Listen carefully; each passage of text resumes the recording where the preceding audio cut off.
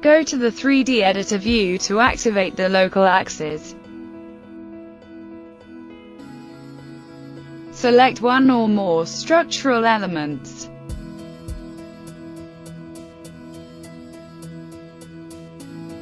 Click Add to view the local axes. You can see the representation in the various 3D views.